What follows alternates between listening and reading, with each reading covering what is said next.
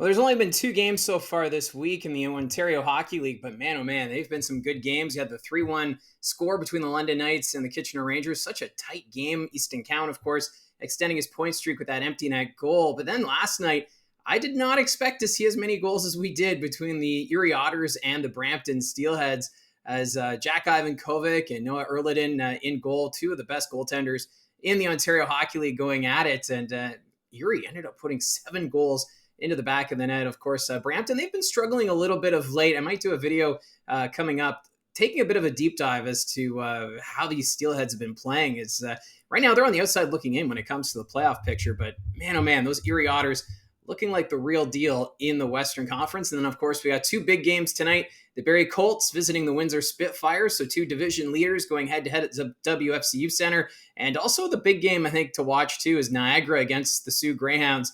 Sault Ste. Marie, they've been playing better of late, while Niagara trying to get back to their winning ways after losing back-to-back for the first time this season. So some more exciting action tonight, and can't wait for a puck drop, especially between the Colts and the Spitfires.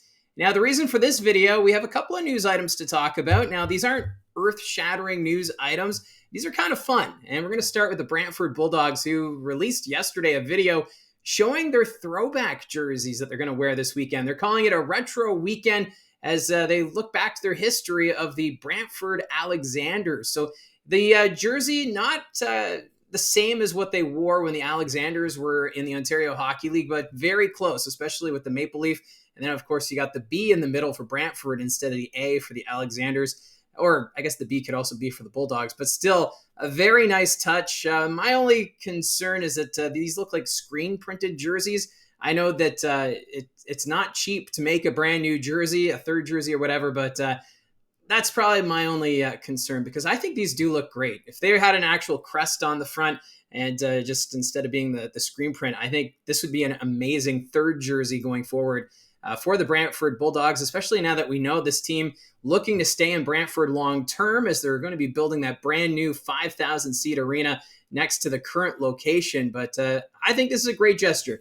If you're not familiar, the Brantford Alexanders, they played in the Ontario Major Junior Hockey League and OHL from 1978 until 1984. So what happened was the Hamilton Fin Cups relocated to the city of Brantford in 1978, and the Alexander name was being used by junior hockey before that, as of course Alexander Graham Bell is a native to the city of Brantford. That's why its nickname is the Telephone City.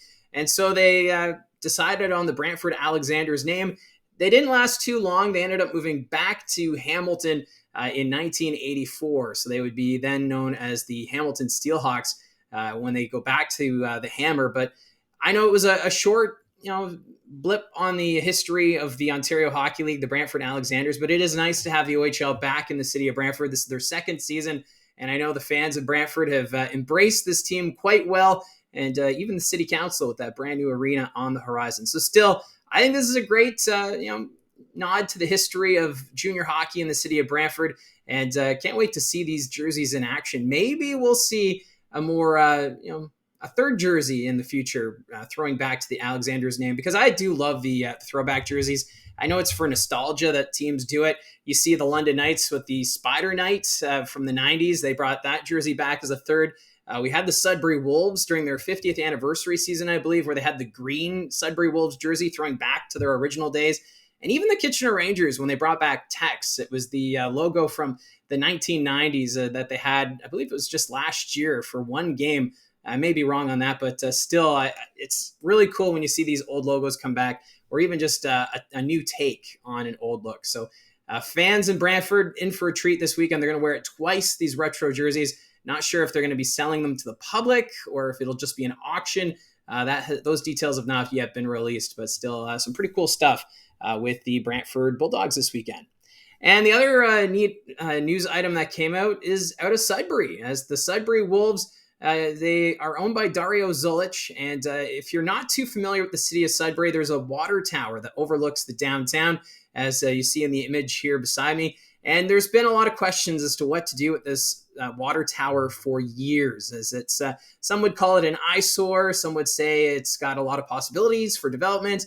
And so Zulich, the owner of the Sudbury Wolves, announced yesterday that it's going to be used as a goal light. So every time the Sudbury Wolves score a goal, the water tower will be lit up red. It's going to be unveiled at the upcoming Santa Claus parade on Saturday. So a nice touch there. I know it's outside of the arena, but still, it just brings that community feel that this is a Sudbury's team, and that when they score and they celebrate, the city celebrates with them. So I think this is a nice touch, and just a nice little Sudbury flair there with the water tower, because the Wolves already have the flair inside the Sudbury Community Arena with the wolf that comes through the rafters whenever they score a goal. And now it's going to be outside as well with the iconic water tower in downtown Sudbury. So I know this is a quicker news item video. Just wanted to throw it out there because I think these are two really fun stories to talk about. And let me know in the comments section down below your thoughts on either of these stories, or if there's something that stands out to you in the action we've had so far. Put it down below. Love the interactions. Also noticed there's been a few more subscribers joining this channel, so thank you very much if you're a new subscriber. If you haven't hit subscribe yet, there's no pressure, but it would be cool just to see the this community grow, as we are in a small corner of the internet talking about the Ontario Hockey League and all that it has to offer. And we do videos like this talking about news items that you would only hear in your community or in the Ontario Hockey League. So again, thank you very much for all your support. Don't forget to like and subscribe. Talk to you again soon.